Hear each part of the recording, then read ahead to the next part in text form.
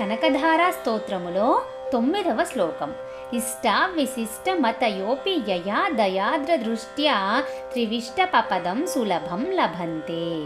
దృష్టి ప్రహృష్ట కమలోదర దీప్తిరిష్టాం పుష్టిం కృషిష్ట మమ పుష్కర విష్టరాయాః.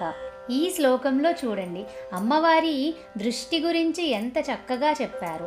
ఇష్ట విశిష్ట మతయోపి యయా దయాద్ర దృష్ట్యా అనగా ఎంతటి భక్తులైనా ఎంతటి జ్ఞానవంతులైనా అమ్మవారి దయ అనే చూపులు పడితే త్రివిష్ట ప్రపదం సులభం లభేత్ అంటే సులభంగా స్వర్గలోక ప్రాప్తి కలుగుతుందన్నమాట. దృష్టి ప్రహృష్ట కమలోదర దీప్తిరిష్టాం అంటే అలాంటి దృష్టిని మా మీద కురిపించు తల్లి.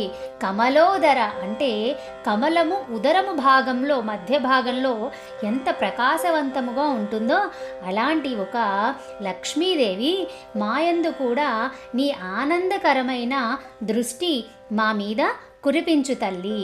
పృష్టి కృషిష్ట మమ పుష్కర విష్టరాయా.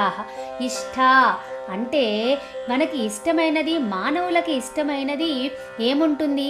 సంపద సౌభాగ్యాలు తప్పించి అలాంటివి మాకు కురిపించు తల్లి అని ఈ శ్లోకం పరమార్థం అన్నమాట. పుష్కర విష్టరాయా అంటే కమలముల వంటి కన్నుల ఉన్నటువంటి దానా.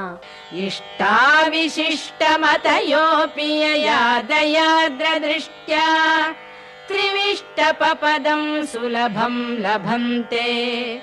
దృష్టి ప్రహృష్ట కమలోదర దీప్తిరిష్టాం పుష్టిం కృషిష్ట మమ పుష్కర విష్టరాయాః.